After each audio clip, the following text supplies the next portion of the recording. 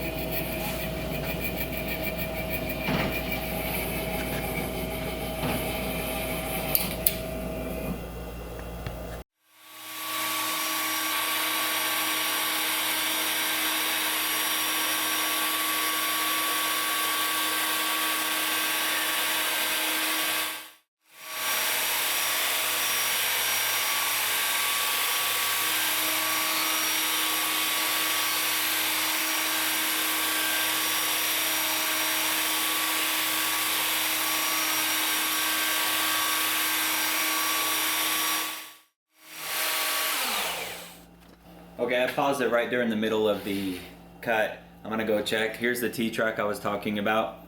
I'm gonna go make sure that that T-track fits snug in there. If it doesn't, I'm gonna throw this at it.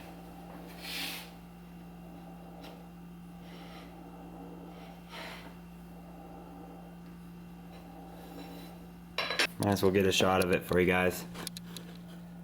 Oh, Bob Saget. It's really hard to do. I need more hands. So here's the groove. You can see the finish is pretty nice and clean all the way around.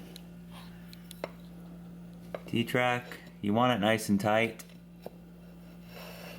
See how it just falls into there? Let me put it this way.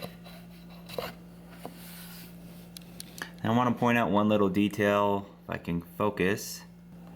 So right here, if you can see it, instead of just a rectangle, because obviously you have a round bit going into a corner, I create these little dog bones in each corner, which means instead of it being square, I create a little radius like this on both corners, so this T-track can fit nice and snug inside that. That's the point of the dog bones. Anyways, got a nice tight fit. I can't move it side to side. We'll continue on.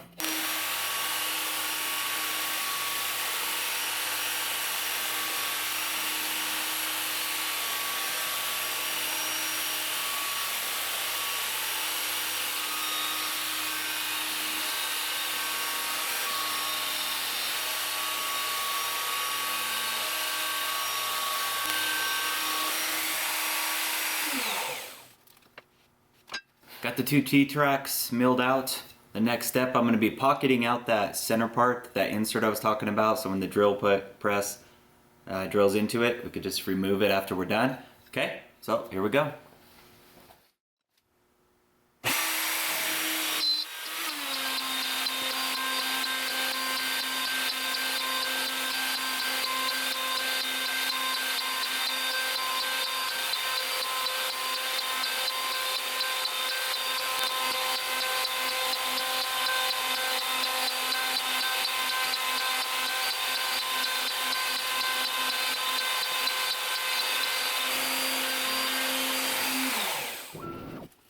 Okay, let's check it out so far with the insert being, we call pocketed out. So right there you can see I pocketed about 1/4 of an inch, and I'll use 1/4 inch material to recess into there. So far she's looking good.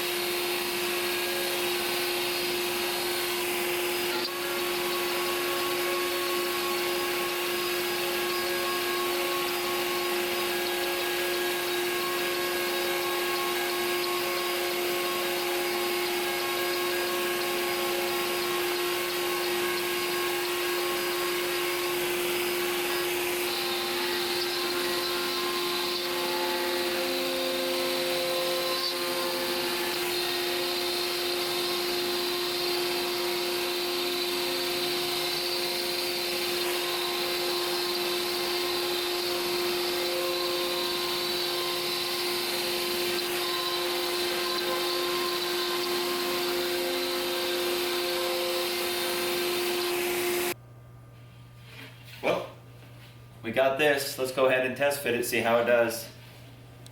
Or doesn't. Okay, well at least it fits good. That looks like it lines up.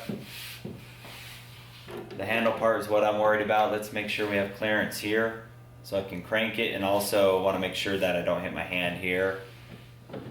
And it's moving nice and free, that's good. I think we have a winner here. Perfect. Alright. Okay, then I'll go ahead and the next segment's going to be we'll cut the T-track, insert it, and then we'll go ahead and make this back adjustable fence so we can move it back and forth. And then we'll call this one done. Or are we? Or are we?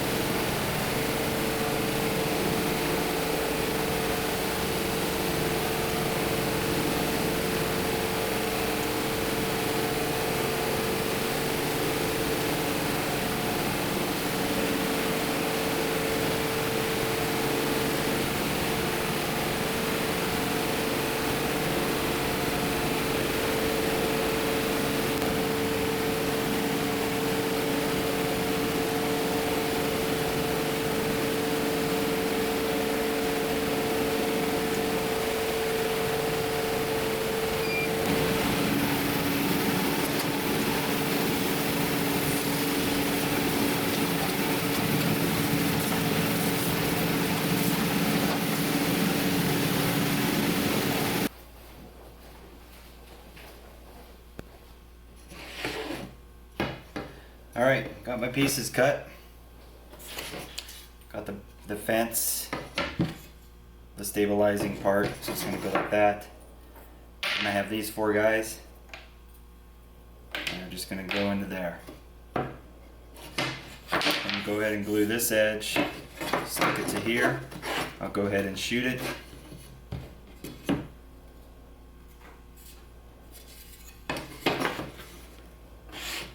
And then we'll attach it to this guy. I'm just marking where I don't want to put my cross braces.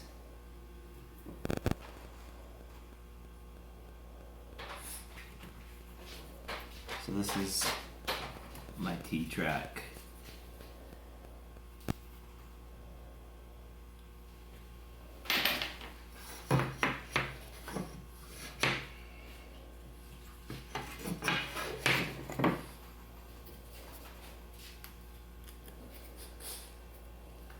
I'm using a pin nailer. This pin nailer is just to hold it on.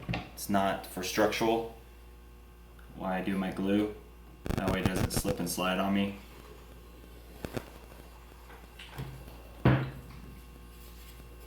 Go ahead and coat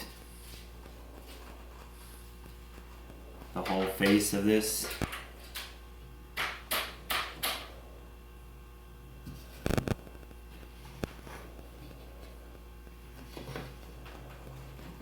It's gonna go in like that, it's gonna go like that. I'll shoot a couple of brads in. Pins, I should say.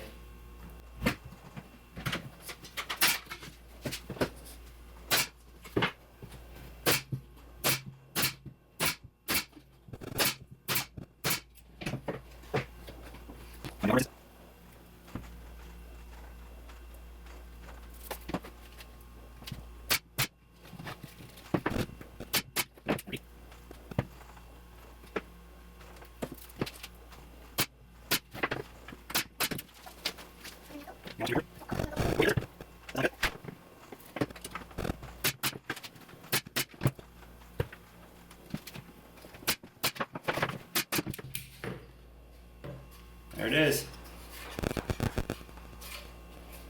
That's our huckleberries, the front side of the fence. This is the back, obviously. Alright guys, we're done. We got it done. What I did is I drilled 2 holes into this fence base, ran my T-bolts inside the T-track. You can get these online, McMaster-Carr, Rockler. I went to Cheap Route and I went to Home Depot, so I didn't have to wait for shipping or pay for shipping and wait for it. I just grabbed some toilet flanges, grounded off the sides, the bolts, slid them in there. Very easy to do. And these knobs I had laying around, McMaster-Carr is probably your best bet, or your local woodworking store. And then just thread it on, and it attaches, it adjusts very easily. Back and forth like this. Goes on here. I can clamp it right here. I have a set of clamps I can clamp.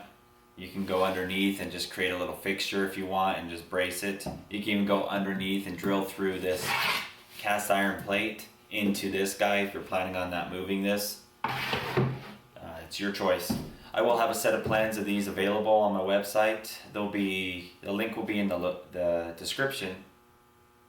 And I hope you want to do this. Very easy to do. It's not that big of a deal.